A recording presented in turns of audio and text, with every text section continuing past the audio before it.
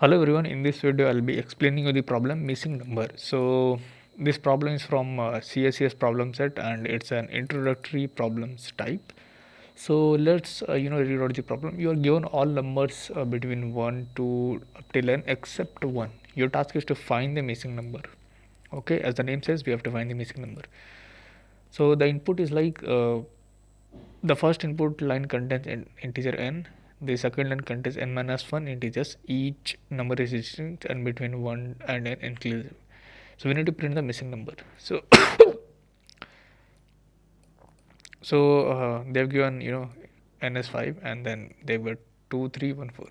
So 4 is missing, we'll have to find 4. So let's go to the board and see how to solve this.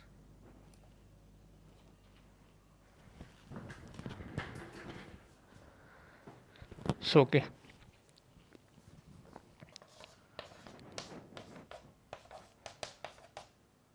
this is the first test case wherein n is this and they've given 4 numbers.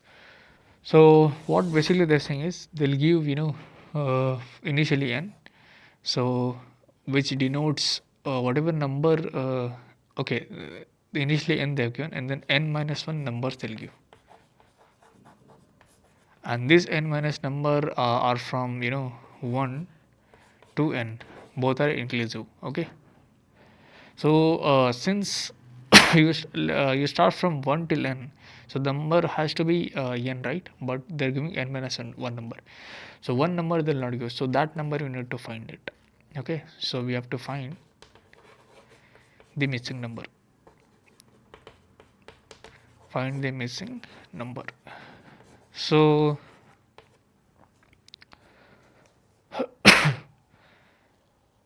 okay, so these are the thing. So how do you find this number now is the question, right? So what I'll do is I'll try to sort this number. If I sort, this is going to be 1 2 3 4. So after sorting, what I'll try to do is I'll try to find, we have 1, we have 2, we have 3, but we don't have 4. Okay, so we'll find here answer is 4, because 4 is missing in the continuous number. So sorting we are doing, so sorting is going to take n log n, right? Time complexity. And if you see the input size, so it is 2 into 10 power 5, so this is going to run and then it will going to accept. So one method is this: first you need to sort this and then you need to check which number is missing. Okay, so let's try to see the better approach because its time complexity is n log n. See, in school days, second method I'm teaching. So in school days, you have thought that the sum of n natural numbers is n into n plus 1 by 2. So this is a problem of that one, right? So they've given n and they've given number from 1 till n. Only one number is missing. Okay, so it is obvious that the sum of all natural numbers from 1 to n is n into n plus 1, and if you take all this sum, okay, all this sum, so it is going to give you the missing number, right? It's like, see, if you take 1 2 3 4 5 is the sum of the n natural numbers from 1 to 5, so its sum is going to be 15. Okay, minus, and this sum if you take, it is 6 9 11 and answer is 4, so it is going to give you the missing number. So it's like from the n natural number, so we have this sum, so if you subtract n natural number with the present sum, the number which is missing, it is going to give you. So it is a second method. So in this case, what you're doing is, this is constant because n is given to you, so you'll find this in constant time, but this sum you'll have to move to the entire array and find it. So it is going to take you off n, which is linear. So I think this method is better than the previous one where we were doing sorting.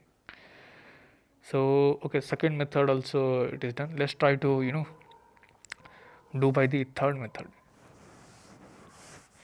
So when I do it by third method, so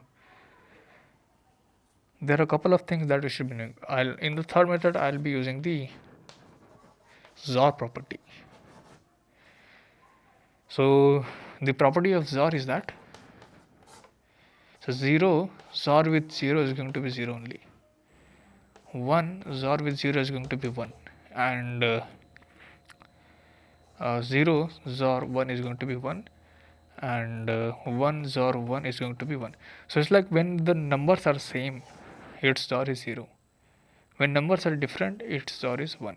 Okay, so numbers are same, its XOR is sorry, this is 0, not 1. So when numbers are same, its XOR is 0. Example, if we take, let's say 5, so 5 is denoted as 101. So if we take same number 101, so it is going to be 0 answer bitwise, because 101 is 0, 000 is 0, 101 is 0, so it is 0. So if you take the same number two times, so like it's like what it is 5 or 5, the answer is 0. Okay, so I'll use this property. What I'll try to do is, I will try to take all the numbers from 1 to n. Okay, I'll take some variable, let's say XOR. I'll try to take 1 XOR, 2 XOR, 3 XOR, 4 XOR, 5. This is all the numbers from 1 to n, and whatever number they mentioned, that I'll take 2 XOR, 3 XOR, 1 XOR, 5. So when you do this, you have 1 and 1. So XOR property is commutative. It's like we can make changes. So you have 1 XOR 1 here. Now 2 also you have. 2 XOR 2 you have. Then 3 you have. Here you have 4, but 4 is missing. So XOR 4 I took. And then 5 I have. 5 XOR 5. So this will result in 0. 0 XOR, and this is again 0. This is again 0. This is 4. And this is 0. Now 0s or 0 if you do, it's 0 only, right? So these things will be 0. Okay, 0s or 0 if you're doing, it is all 0. And it is at the end it is 0s or 4. So 4 is like 100 in binary, and 0 is this thing. So this is 0, this is 0, this is 1, because as I showed you, if the numbers are different, it is 1. So its final answer is 4, which is like missing. So what I essentially did is, I took all the numbers from 1 to n and whatever number they have given, so it is going to form the pair, right? It is going to form the pair. So that's the reason whichever number is missing, that will only be one time, and it is going to be the final answer. Because XOR of same number is going to XOR of same number in a pair is going to give you 0. Okay, the single number it is going to give you, it's a single number. So using property of XOR also we can find this. I think you guys have understood all the three methods. Now let's try to code it up.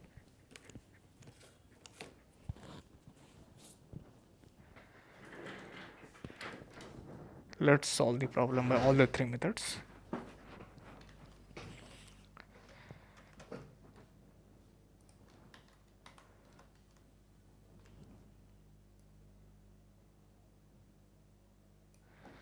So first thing first, we'll have to take the input. In input we have just n, so we are not dealing with any test cases. So we are not dealing with multiple test cases, so it's just a single test case. For a single test case, I'm calling a solve function, and the input is n, and then we have n minus 1 integers. Okay, so I'll try to take one vector, and let me call it as v. I'll run a loop till n minus 1 time. Okay, because we have n minus 1 integers, and our vector size is n minus 1. Okay, I'll just take these values. First method I thought is like first method we need to do is sorting wala method, the first method, right? And in this method I'll tell you, like we are using space also, but in other two methods we'll not be using any space. So we have sorted the vector.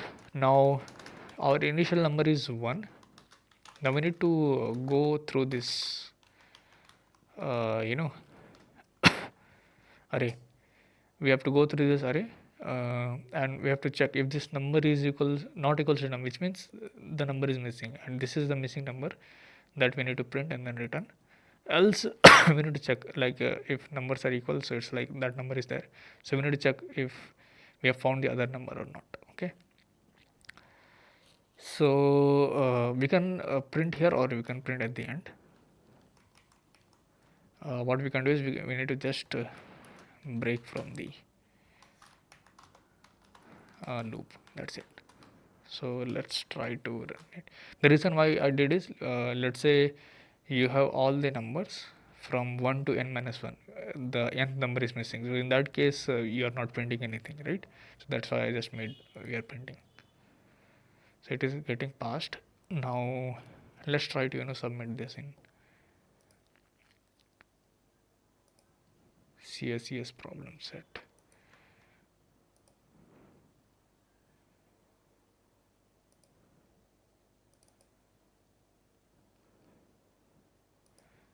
It's a missing number.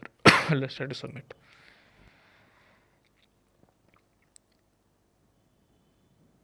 So it got accepted. Now what we need to do is, see, in this case the time complexity is bounded here, so it is n log n, and space complexity is O of n again. So this is what we need to remove, and then we have to reduce this also. So let's try to read by method 2. So method 2, what we were doing is we are doing using the summation formula. So first we need to take the values whatever is given in the input, or you can say temporary.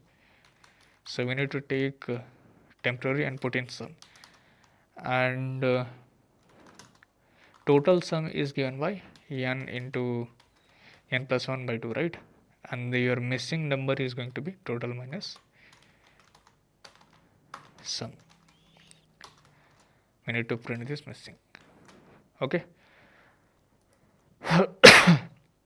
So one thing I just want to tell you is that n is 2 into 10 power 5. Okay, so here if n is 2 into 10 at max, n is 2 into 10 power 5, so it is going to be 2 into 10 power 5 into 2 into 10 power 5. It is going to be 4 into 10 power 10. So it will go into integer overflow. So what we need to do is we need to just make sure this total whatever you are storing, it is a long. Okay, so long I've already defined here. So, and we should multiply, we should also take n as long, and whatever summation we are taking, that is also long, right? Yeah, now this will make sure it is running fine. Okay, before doing this long, let me try to show you. It may happen that the test cases will not be passing, so let me show you the live demo if that is happening or not.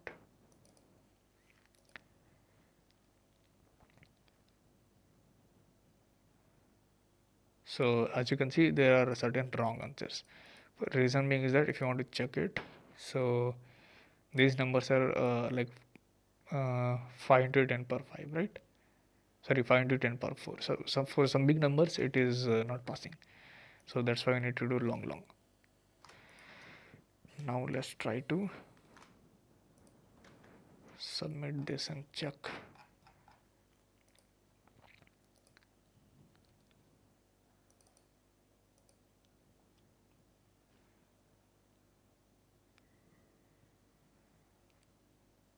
Voila, so now it got accepted.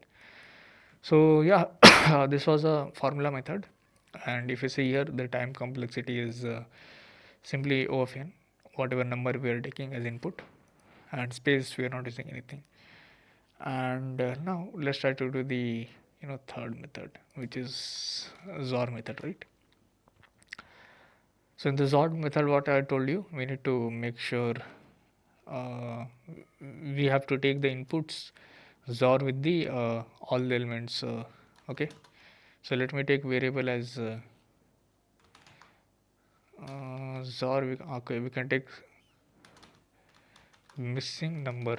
So let me initialize with 0. I'll take one temp and then I'll run a loop.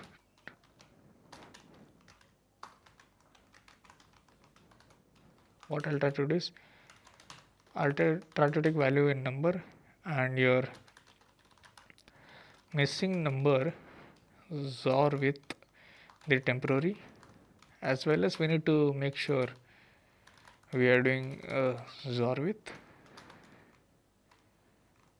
the 1 from 1 to n. Okay, from 1 to n. So I starting from 0, so I'll take I plus 1. Okay, so this, okay, we are taking XOR with all the numbers that they have given in the input, but here we are doing only with 1 from 1 to n minus 1. Okay, so nth number we have not done, so at the end we have to do with the nth number, and you will have the missing number in the this variable. So it's like all the numbers get paired except one, so one number that which was not there in the input, so that it will be in this missing number. Let's try to run it and let's try to submit.